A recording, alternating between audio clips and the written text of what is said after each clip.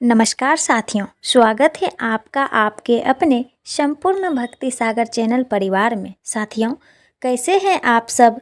तो यह बताने के लिए कमेंट बॉक्स में श्री हरि विष्णु जरूर लिखें। तो चलिए साथियों, आज हम इस वीडियो में जानेंगे उत्पन्ना एकादशी। उत्पन्ना एकादशी का व्रत हमें कब करनी है, किन किन बातों का ध्यान रखनी है, एकादशी तिथि कब से प्रारंभ हो रही है, कब समाप्त हो रही है, पारण का शुभ मुहूर्त क्या है। बहुत सारी महत्वपूर्ण बातें आज हम इस वीडियो में जानेंगे एकादशी से संबंधित। तो आप लोग बने रहिए मेरे साथ मेरे चैनल पर। अगर आपको मेरा वीडियो पसंद आता है तो प्लीज़ आप मेरे चैनल को सब्सक्राइब कर दीजिएगा, बेल आइकन को प्रेस कर दीजिएगा, जिससे कि मेरे वीडियो के नए नोटिफिकेशन आप सभी के पास सबसे पहले पहुँचे। तो चलिए शुरू करते हैं और सभी महत्वपूर्ण बातें जान लेते हैं। तो सबसे पहले साथियों, आपको बता दूं, मार्गशीर्ष महीना अघन महीने की एकादशी का व्रत 2024 में यह कृष्ण पक्ष की एकादशी है, जिसको कि हम उत्पन्ना एकादशी के नाम से जानते हैं।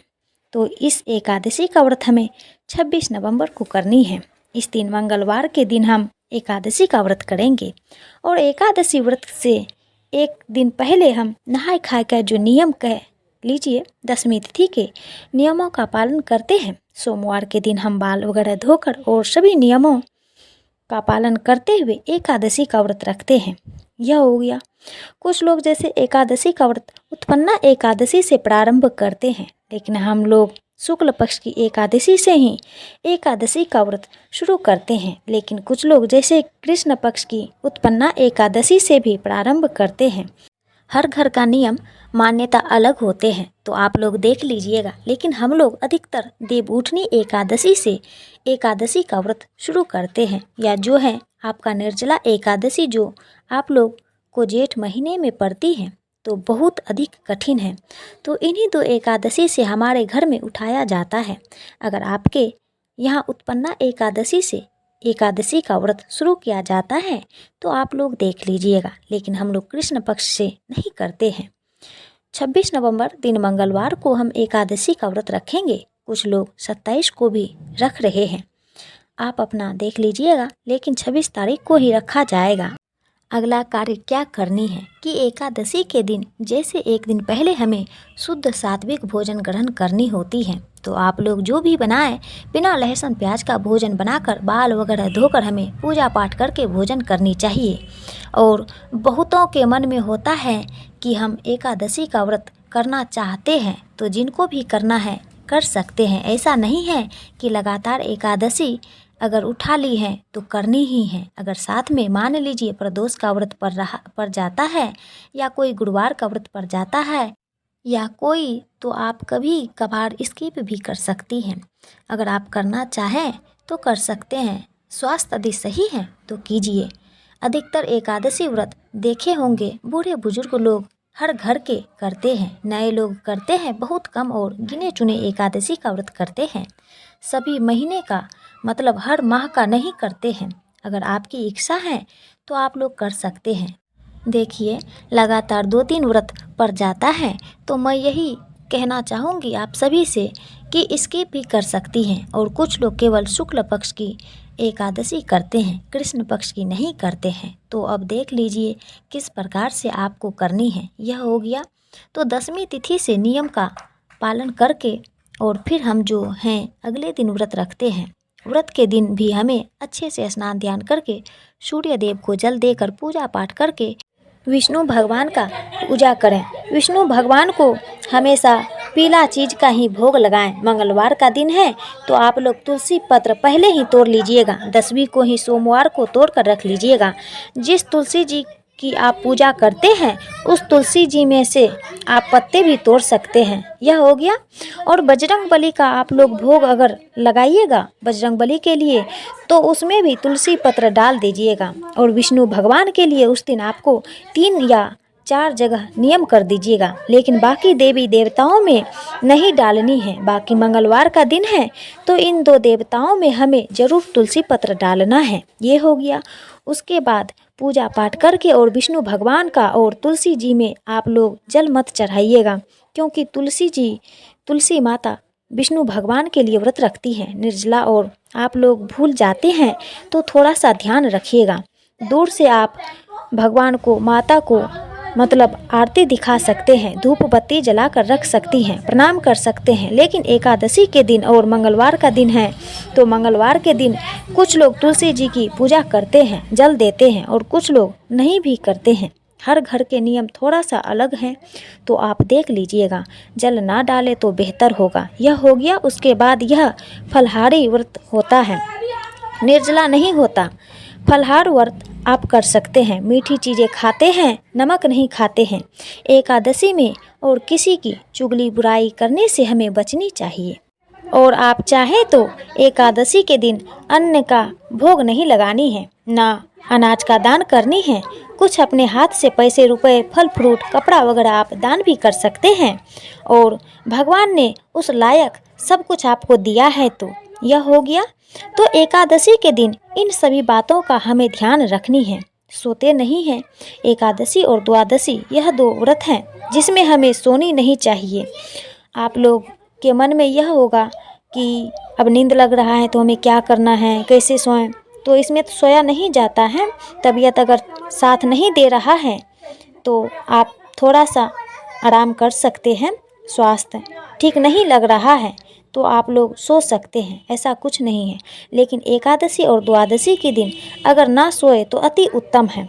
अगर नींद आती है, तबीयत अच्छा नहीं लग रहा है, मन खराब है, तो अब तुलसी पत्र अपने आंचल में, जो जेंट्स हैं वो अपने ड्रेस में, कुर्ते में रख कर, धोती में रख कर सो सकते हैं। नहीं तो आपके व्रत का संपूर्ण लाभ त्रिजटा नाम की राक्षसी को चला जाता है। ऐसा उसको जैसे भगवान के तरफ से आशीर्वाद मिला है एकादशी के दिन, इसलिए हमें सोनी नहीं चाहिए।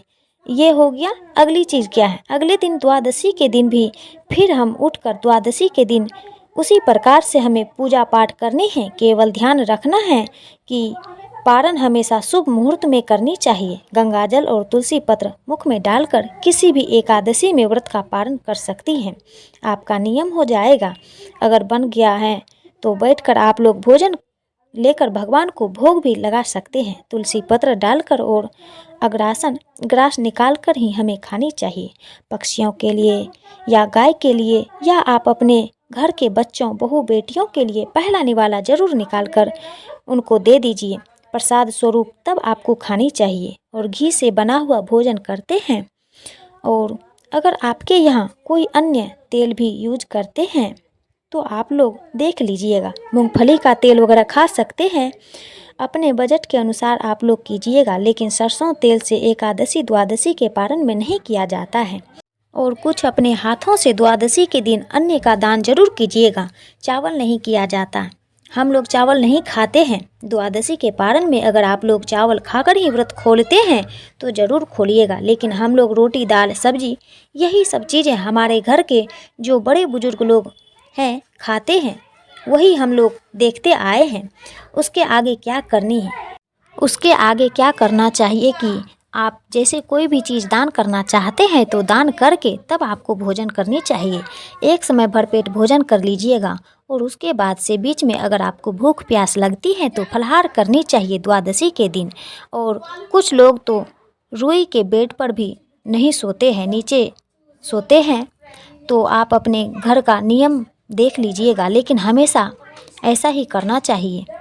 इस व्रत को तो इतना ज़्यादा आपको कठिन नहीं बनानी है, जितना ही आसानी से करेंगे उतना ही आपके लिए सही होगा। जितना नियम मानने लायक हैं उतना ही मानिए। बहुत ज़्यादा नियम मानने लगेंगे तो कोई भी व्रत जटिल हो जाएगा, तो वैसे हमें नहीं करनी है। सारी बातें हो गई। तो साथियों, आप सभी से एक छोटी सी रिक्वेस्ट है, अगर वीडियो पसंद आता है तो चैनल को पक्का सब्सक्राइब कर दीजिएगा और वीडियो को लाइक कर दीजिएगा, क्योंकि आपके एक छोटी सी लाइक से हमें बहुत ही अधिक हिम्मत और प्रेरणा मिलती है। तो ज़रूर कर दीजिएगा। आपको एकादशी और द्वादशी के संपूर्ण नियम विधि बता दी। और रात से आप लोग नॉर्मल भोजन कर सकते हैं, लहसुन प्याज भी खा सकते हैं, सरसों तेल भी खा सकते हैं। बाकी आप लोग मूली वगैरह सब खा सकते हैं। केवल एकादशी व्रत में 10वीं के दिन मूली और बैगन का भी सेवन 10वीं को भी नहीं करते। और द्वादशी को भी नहीं करते। आशा करती हूँ सभी बातें अभी आप लोगों के समझ में आ गई होगी। अब चलिए आगे जान लेते हैं एकादशी तिथि कब से प्रारंभ हो रही है, कब समाप्त हो रही है, पारण का शुभ मुहूर्त क्या है। तो सबसे पहले साथियों आपको बता दूं, उत्पन्ना एकादशी का व्रत हम मंगलवार को रखेंगे। 26 नवंबर 2024 को एकादशी तिथि प्रारंभ हो रही है। 26 नवंबर को सुबह में 1:02 पर और एकादशी तिथि समाप्त होगी 27 नवंबर को सुबह में 3:04 पर सुबह में। अब चलिए आगे जान लेते हैं पारण का शुभ मुहूर्त।